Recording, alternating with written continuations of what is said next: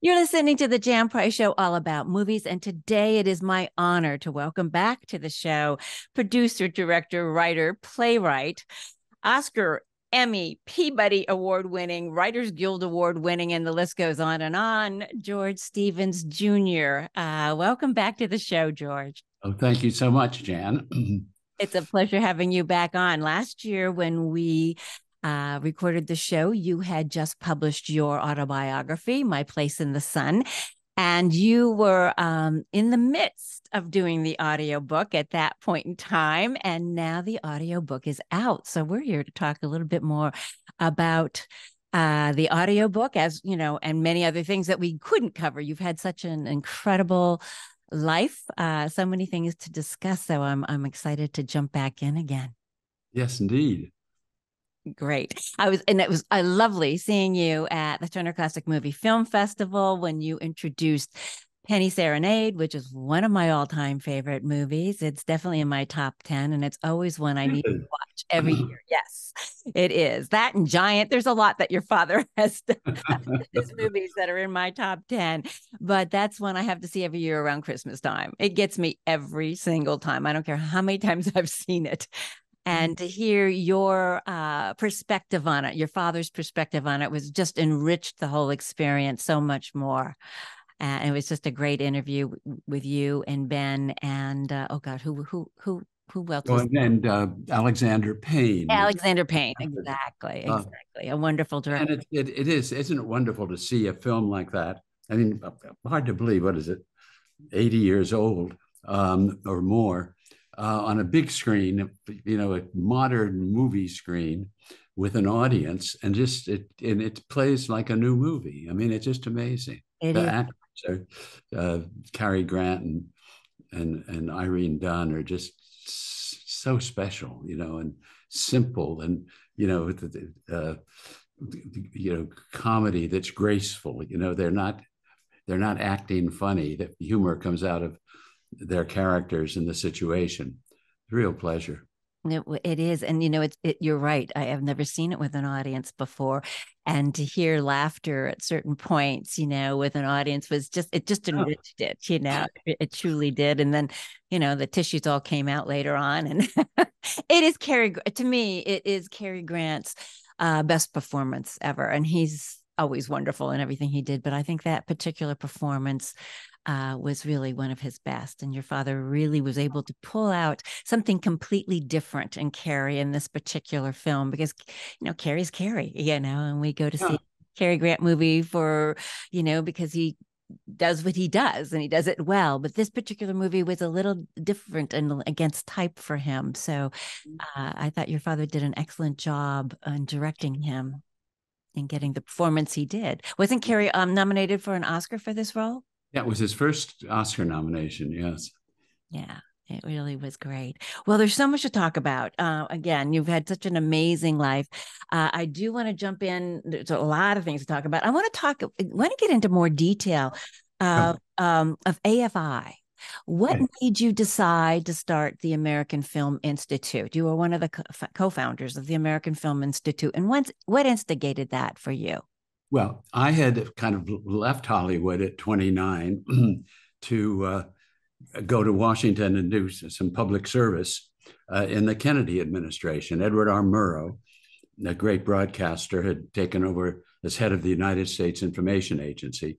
So I went to work making films to show abroad, telling America's story abroad.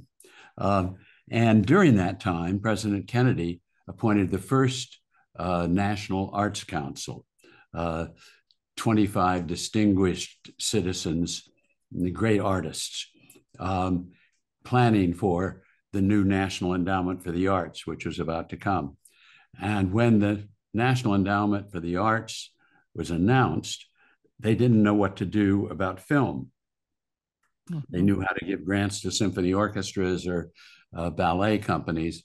And because I was in Washington and kind of prominent in terms of film, they came to me, and I suggested an American Film Institute that would train new filmmakers, preserve the many, many films that were in danger of being lost, and do other good things for film. And then I was asked to run it. I agreed to do it. So we started the AFI.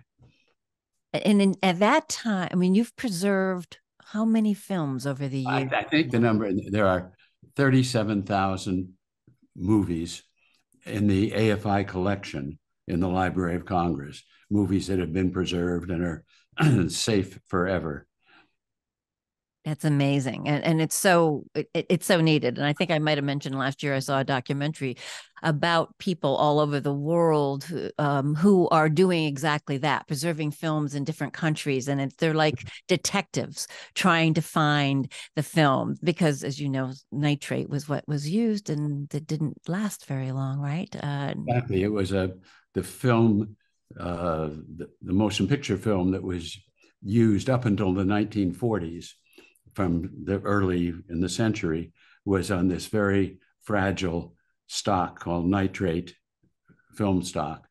And it was very flammable. You know, archives would burn up because one piece of film would catch fire and it would also just deteriorate. You could open a can of film and there'd be nothing but sort of junk there, you know.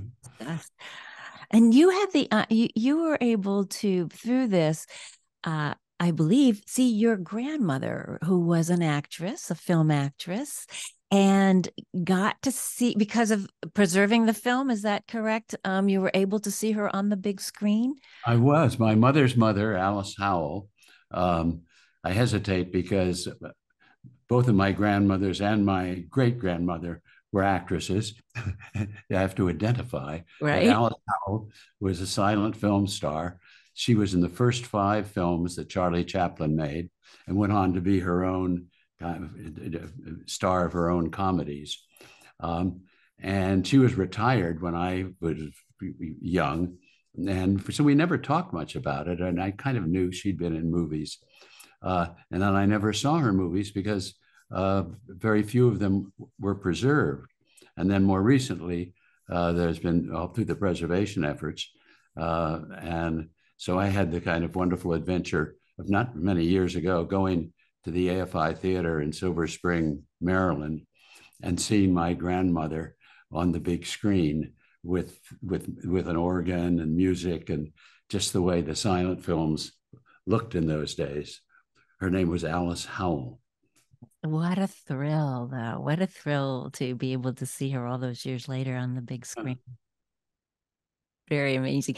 Is there is there one film that stands out that AFI has preserved that for you meant the most, or really was, you know, the the whole journey of trying to preserve a film? Is there Well, something? I think it's more a collective thing that there's just so many of these films that wouldn't exist had it not been for this effort. Um, but one just sort of comes to mind. John Ford, the great director, his first film was called Straight Shooting, and it was lost. And it was found in Czechoslovakia because the Prince of Films used to tour the world. And so the Straight Shooting is preserved, but it has Czech subtitles. Oh, that's going to be fascinating to watch. Yeah. Really. Wow, wow. That's amazing. That's amazing. And then you've started the Lifetime Achievement Awards through AFI. How did that get started? Well, it's, I guess, an idea of mine. I thought that there were the awards every year for the best this and the best that. And the AFI was more about the, preserving films and the films that last. And so we started the AFI Life Achievement Award to recognize an individual whose work had stood the test of time, for their career, not for their, the best of this year or that year. And it's kind of a wonderful tradition because that really is, I mean, that phrase, the test of time, which was sort of at the heart of AFI, 1952, I went to the Academy Awards with my father. He'd been away at war for 3 years and come back, and he had a film that was nominated. And I sat next to him at, I think it was the Grauman's Chinese Theater, and Joseph Mankiewicz came on the stage. He had won the Oscar the year before for All About Eve. And he read the nominees. John Huston for The African Queen, William Wyler for A Detective Story, Vincent Minnelli for An American in Paris, Elia Kazan for A Streetcar Named Desire, and George Stevens for A Place in the Sun, his film with Montgomery Clift and Elizabeth Taylor, Shelley Winters. And I wouldn't be telling you this story if John Huston had won. And Brad won the Oscar, his first Oscar. And driving home that night, the Oscar was on the seat between us. He was driving the car. I think I was 18 or 17. And he looked over at me and he said, you know, he said, we'll have a better idea of what kind of a film this is in about 25 years. You know, that was a time when movies came and went. There were no cinematheques, there were no DVDs or streaming. And he understood this idea that is what matters with a work of art. And then what many years later, he could not have known that the young man sitting next to him would one day head an American Film Institute. But it really became the core idea of the AFI, this idea of the test of time. Just amazing. And this audiobook, George, I have to tell you, I loved reading your autobiography last year. And for anybody who's looking for a good beach read this year, I highly recommend getting the book. But I really, really enjoyed the audiobook even more because you have such a wonderful lilting voice, and to hear your expression of how, about your life and all these, I mean, you have such a recall. I was wondering if you had kept journals throughout your life. I know that your family preserved a lot of things, so you were fortunate that you had a lot of these things already. But I mean, your recall is just truly amazing. But I just loved listening to it because then I could be doing other things, doing the dishes or whatever, and listening. But for people who have long rides to work every day and home, and you're stuck in traffic, this is a great, great, great audiobook, and I highly, highly recommend it because there's so much to it. I mean, again, there's so much that I wanted to ask you. I have tons of things to ask you. By the way, I lived a block away from the George Eastman house. Oh, really? I No, did. that's wonderful. Yes. Gosh, they were real pioneers. They came before the AFI. Yeah. And we enlisted James Card, who was running it in this film rescue operation. He was very valuable. But, recording My Place in the Sun reminded me, just going through the book again, that I did take notes and I kept track of things, but I also have a good memory because also I was involved in so many things that were memorable. That stimulates your memory. Right. And I realized that, between the AFI, that Life Achievement Award, and the Kennedy Center Honors, which I originated and did for 37 years. Right. Now I want to talk about that. Go ahead. And for that, we honored 198 of America's greatest artists while I was doing it. And so for my wife, Liz, and me, so many fascinating people were part of our lives, and in recording the book and going back over it, just reminded me that it really was the people that I became engaged with and knew that make the story, so tellable, and why people seem to enjoy it so much because, there are so many of these stories and they're kind of to the point. And but it really was such a privilege to know all of these extraordinary people. Oh, you've had an extraordinary life, and you had a front row seat to not only Hollywood but to Washington D.C. I mean, you have worked with what I think at least 7 presidents along the way, and various capacities. And the Kennedy Center Awards were something. It was a must see every year. I mean, my family lived in Fairfax, Virginia. I think I might have mentioned that before. And Yeah. and so we would watch the Kennedy Center Awards every year when I would come visit for Christmas. And this year I went to visit some friends and it was on. And I said, "Oh, have you ever, have you seen it?" And they had never seen the Kennedy Center Awards. And they absolutely loved it. And then at the end, your name was on the credits. And I was so excited that you're still on the credits there. But such a, that's it, all that you're right, all the wonderful people that you've honored through the years. So let's tell the audience a little bit how that came about, how you created the Kennedy Center Awards. Well, I was in Washington, and President Kennedy was an inspiration for me, and his language was so elegant and compelling.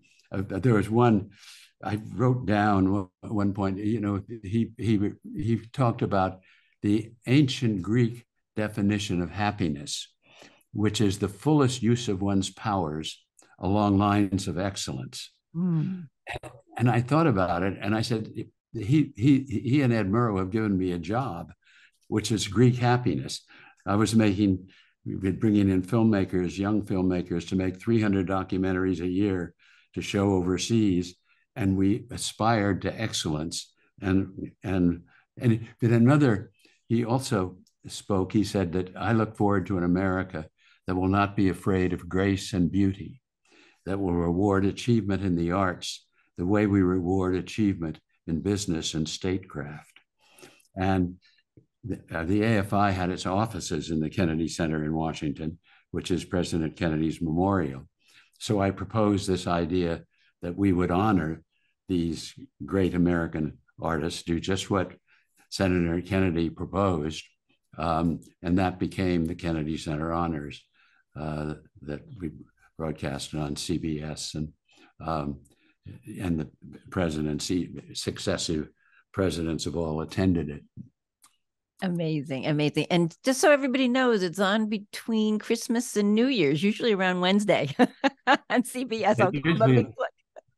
Usually in the first week of December. Yeah. Yeah. So, Well, you recorded earlier in the year, but then it's broadcast later. It's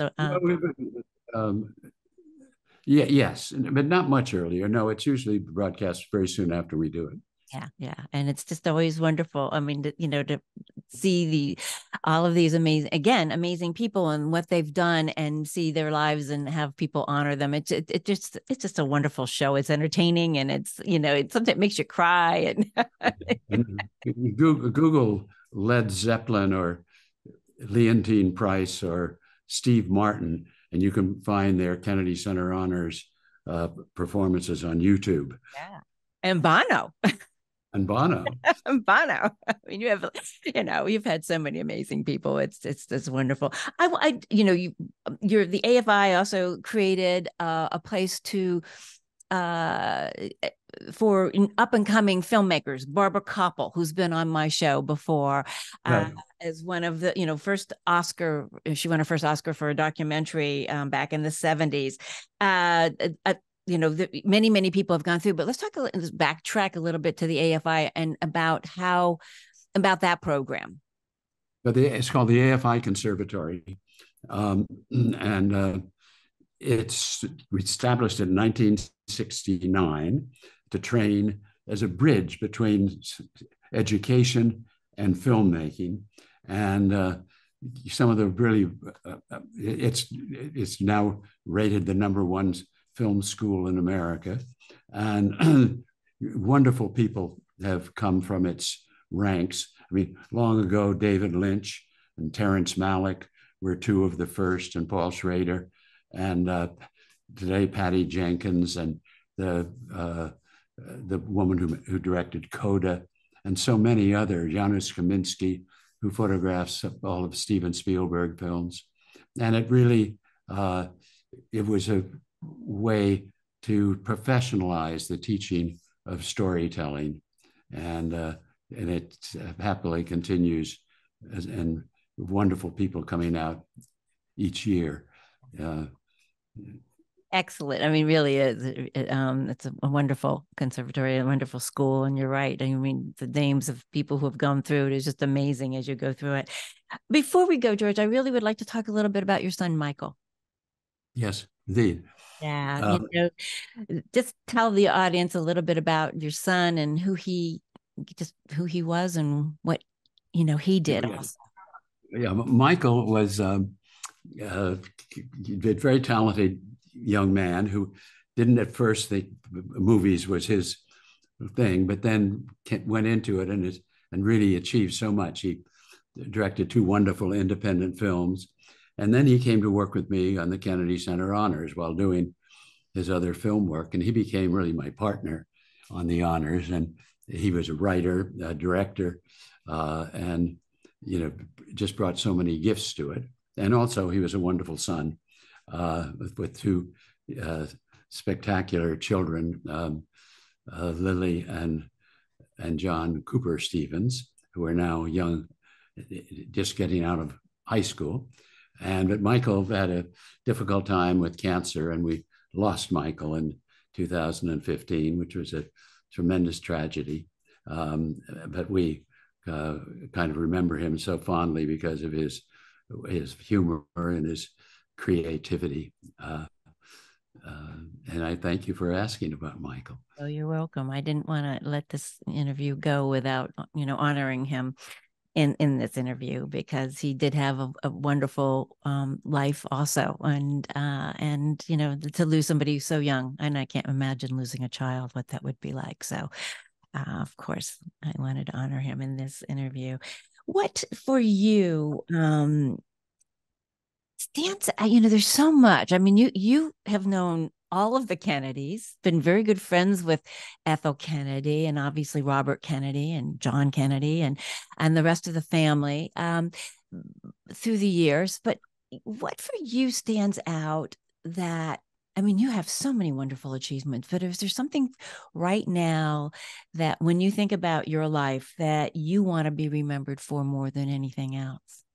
Oh gosh, well, I did, because I have such a, if I just said, well, I've been a film director, that would be easy, but I've done all of these things that meant so much. I would say kind of one thing that pleases me, continues to please me, and it will celebrate its 40th anniversary next year, is the movie I made about my father after he died, called George Stevens, A Filmmaker's Journey, which people kind of generously say is the best documentary ever made about a filmmaker. And I had such a worthy one to make a film about. And that's it was just on Turner Classic Movies last week. I got a lot of wonderful notes from people. And so there's that. But I'd say in a larger sense, really influenced by my father and also by my mother,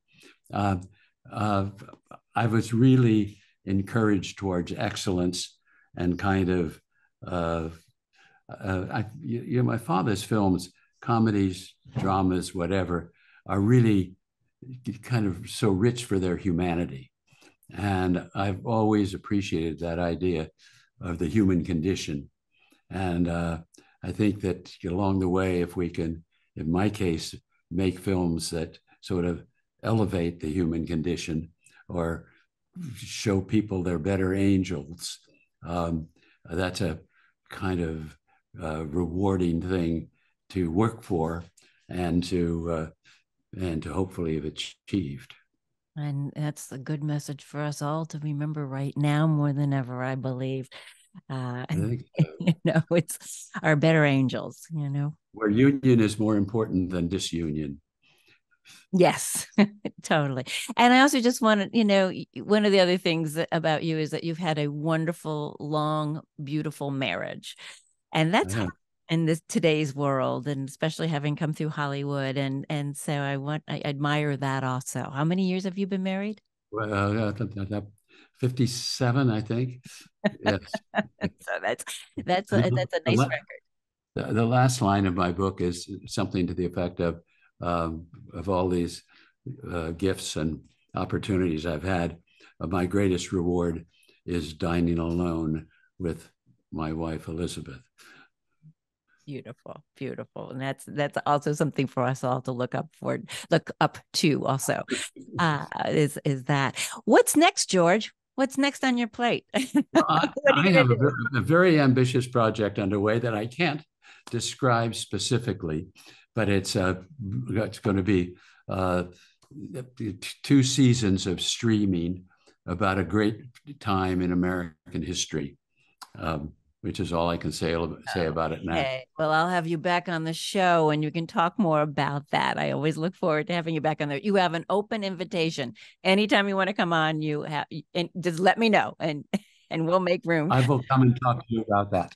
All right. Sounds great, George. Well, thank you. Everyone, please go find the audiobook to My Place in the Sun by George Stevens Jr.